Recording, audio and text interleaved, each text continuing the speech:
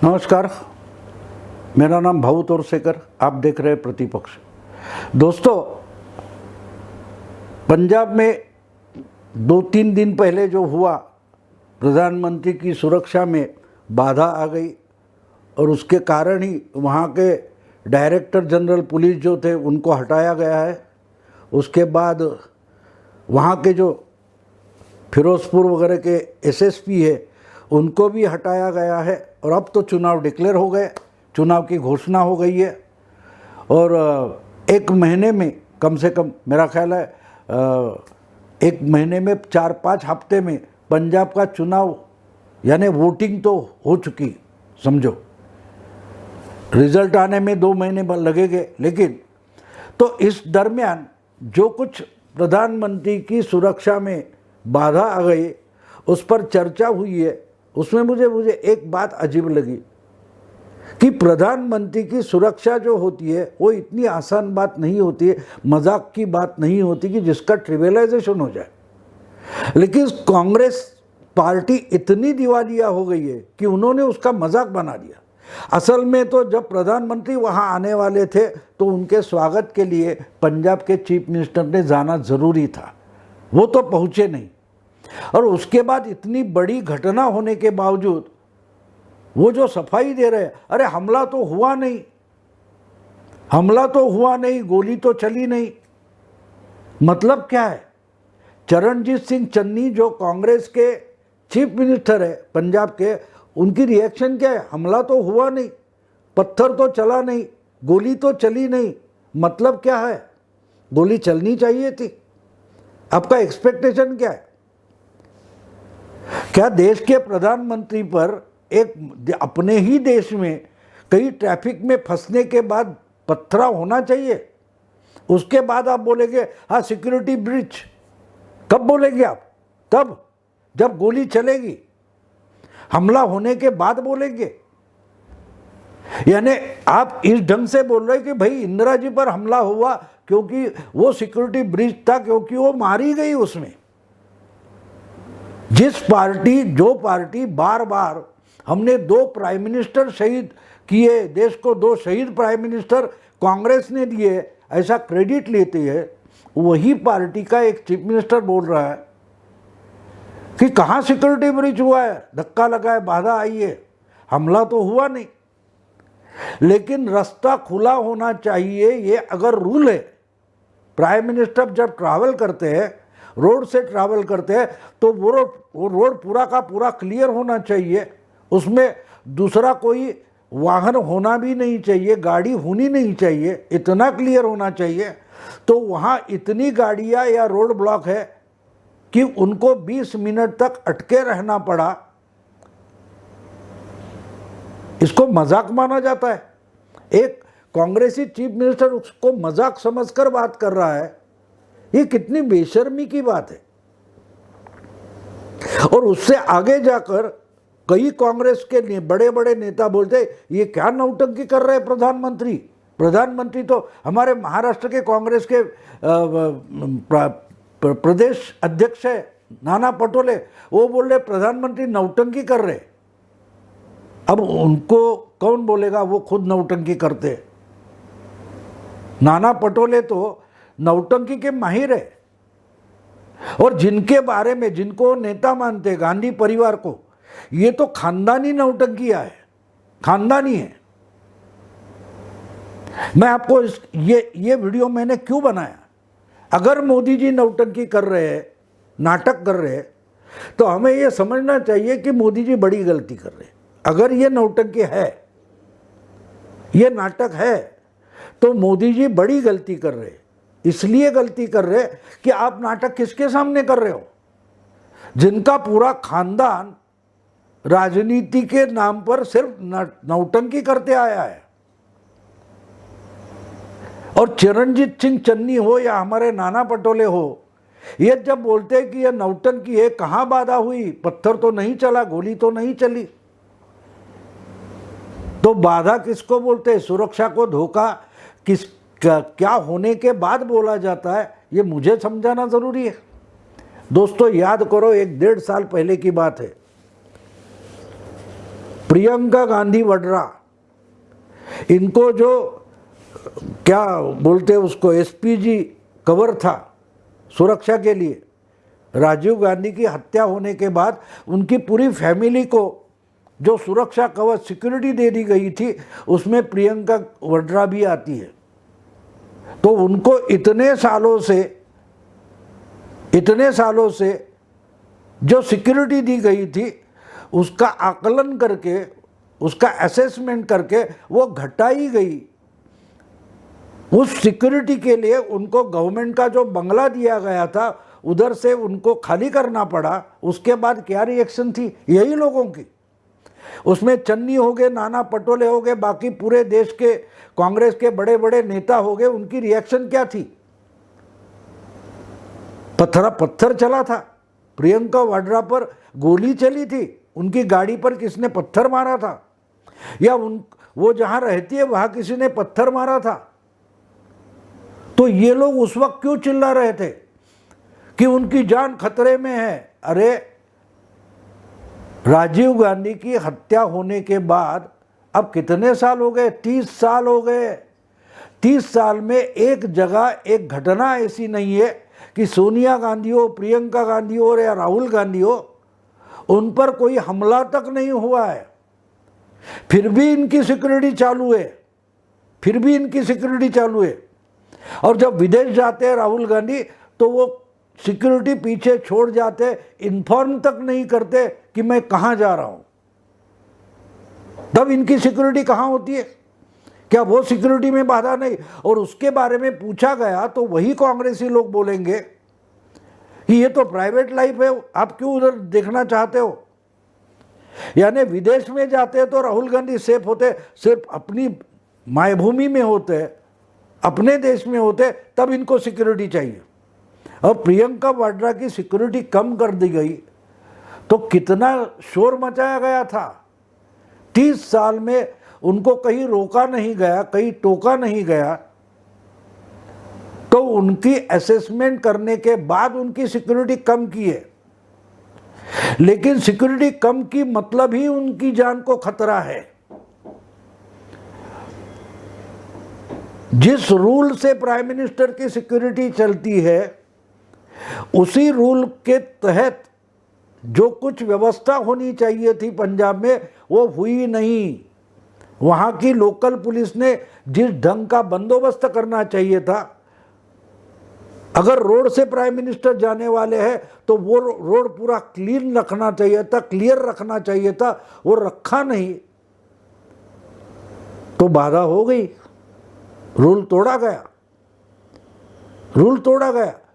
पथरा होने की जरूरत नहीं होती। जब इस ढंग के 3-4 घटनाएं हो जाती है उसके बाद जिनको हमला करना है वो सजग हो जाते, तैयार हो जाते कि हाँ अभी कर सकते हैं। इन गधों को ये बात मालूम नहीं है कि राजीव गांधी की हत्या कैसी हुई थी। जो राजीव गांधी के नाम पर चुनाव जीतने के लिए और उनको शहीद मानने के लिए प्रचार करते हैं, उनको मालूम है राजीव गांधी की हत्या कैसे कर दी गई थी। जिन्होंने राजीव गांधी के सामने जाकर बम उड़ाया था उन्होंने उसके पहले 2 बार ड्राई रन किया था। उसके पहले जब वीपी सिंह गए थे तमिलनाडु में तो उनको भी वही लोग फूल मालाएं चढ़ाने वहां तक पहुंचे थे, लेकिन उस वक्त उनके पास बम नहीं था। पूरे सिक्योरिटी वगैरह करके उनको चेक किया था और बाद में जाने दिया था, और वो वीपी सिंह प्राइम मिनिस्टर थे, वहां तक पहुंच गए थे, लेकिन कुछ हुआ नहीं था। वही लोग फिर चंद्रशेखर चीफ मिनिस्टर बने वीपी सिंह को हटाने के बाद, तब चंद्रशेखर को मिलने भी वही लोग पहुंचे थे, लेकिन कुछ हुआ नहीं था, ना बम फटा था ना गोली चली थी। लेकिन जब 2 बार ये लोग चले गए वहां तक, उनको शक के नज़र से नहीं देखा गया तो उनकी हिम्मत बड़ी थी। और वो राह देख रहे थे, इंतजार कर रहे थे कि राजीव गांधी कब आएंगे। अब राजीव गांधी तो फॉर्मर प्राइम मिनिस्टर थे, भूतपूर्व प्रधानमंत्री थे, उनको तो इतनी बड़ी सिक्योरिटी बारीकी से नहीं की जाती। तो वो जब लोगों से घुल मिल गए तो वहाँ वही टीम पहुँच गई जो चंद्रशेखर वीपी सिंह के समय उनसे भी फूलमालाएं चढ़ाने गई थी। लेकिन इस वक्त ढिलाई थी। ढिलाई क्यों थी? क्योंकि वही तो लोग पिछले 2 बार प्राइम मिनिस्टर, असली प्राइम मिनिस्टर से मिलने आए थे, उनको फूलमालाएं चढ़ाई थी। उसको ड्राई रन बोला जाता है, और ड्राई रन सक्सेसफुल होता है उसके बाद असली अटैक हमला होता है। तो राजीव गांधी तीसरी बार जब वही लोग पहुंचे, उन्होंने बम उड़ाया था। तो जो आज बोल रहे हैं ना हमला नहीं हुआ, मोदी जी अटके तो अटके सही है, लेकिन कोई पत्थर नहीं चला, कोई गोली नहीं चली, कोई हमला नहीं हुआ, जो बोल रहे हैं इनको मालूम तक नहीं है कि राजीव गांधी की हत्या कैसी हो गई। हाँ, राजीव गांधी की हत्या हो गई। राजीव गांधी ये कांग्रेस ने देश को दिया हुआ शहीद है, ये बोलकर ये वोट की भीख मांगते हैं। लेकिन इनको इतनी भी परवाह नहीं है कि राजीव गांधी की हत्या किस षड्यंत्र के तहत हुई थी, उसकी प्रैक्टिस कैसी की गई थी। तो जब नरेंद्र मोदी की गाड़ी ट्रैफिक में अटक गई तो उसमें धोखा क्या है, सुरक्षा में बाधा क्या है, सिक्योरिटी ब्रीच क्या है, वो समझने के लिए जो अकल चाहिए वो इनके पास नहीं है। वो सिर्फ इंदिरा गांधी हो, राजीव गांधी हो, उनकी शहादत का कैपिटल करेंगे, उस पर वोट की भीख मांगेंगे, लेकिन समझना नहीं चाहेंगे कि इंदिरा जी की हत्या किस ढंग से हुई थी, राजीव गांधी किस कारण से मारे गए, किस तरीके से मारे गए। अगर वो ये लोग समझ लेते पिछले 30 साल 35 साल में, तो आज ये नहीं बोलते कि प्रधानमंत्री नरेंद्र मोदी नौटंकी कर रहे। ना कांग्रेस से समझ पा रहे, ना राजीव गांधी के बेटे बेटी को समझ में आया कि अपना पिता किस ढंग से मारा गया, सिक्योरिटी मतलब क्या होता है। अगर होता तो सबसे पहले राहुल गांधी और प्रियंका गांधी इस बात का निषेध करते कि यह सिक्योरिटी ब्रिज गलत है, चन्नी तुमने गलत किया है। लेकिन नहीं हुआ, नहीं हुआ, क्योंकि बेटा बेटी हो या कांग्रेस वाले हो, ये नौटंकी में माहिर है, ये सिर्फ राजनीति में नौटंकी करते रहते हैं। इसलिए मुझे लगता है कि मोदी जी अगर नौटंकी कर रहे हैं तो किसके सामने कर रहे हैं? नट सम्राट के पास, जो नौटंकी करने में माहिर है, सबसे बड़े कुशल है, जिनके पास सिर्फ नौटंकी करने का ही कौशल है, उनके सामने आप नाटक करोगे, कैसे चलेगा? अरे वो तो अभिनय करने में माहिर है, कभी भी रोना शुरू कर देंगे, कभी भी नाटक करेंगे। आपको याद है यही प्रियंका गांधी जब वाराणसी में नौका में बैठकर वाराणसी के किनारे पर पहुंची थी काशी में, तो किसी ने पूछा आप चुनाव लड़ेगी? तो उन्होंने क्या बोला था? वाराणसी से लड़ूं? इसको नौटंकी बोलते। वो तो चुनाव लड़ने भी वाली नहीं थी, फिर भी बोली वाराणसी से लड़ूं। और फिर उनके भाई को पूछा गया क्या प्रियंका वाराणसी से मोदी के खिलाफ लड़ेगी? तो बोले कि देखो समय आता है तो। और आखिरी समय तक इसका परिणाम जब हुआ नहीं, मोदी रिएक्ट तक नहीं हुए, उन्होंने उस पर प्रतिक्रिया तक नहीं दी, तो मोदी जी जब फॉर्म भरने वाले थे उसके पहले दिन वही हरा हुआ कैंडिडेट था पिछले 2014 का, उसको नॉमिनेट किया गया। कहने का मतलब ये कि अगर मोदी जी नौटंकी कर रहे हैं तो किसके सामने कर रहे हैं? अरे जो 70 साल से इस देश में राजनीति के नाम पर सिर्फ नौटंकी करते आए हैं, उनके सामने आप नौटंकी करोगे? और देखिए मोदी जी क्या बोले।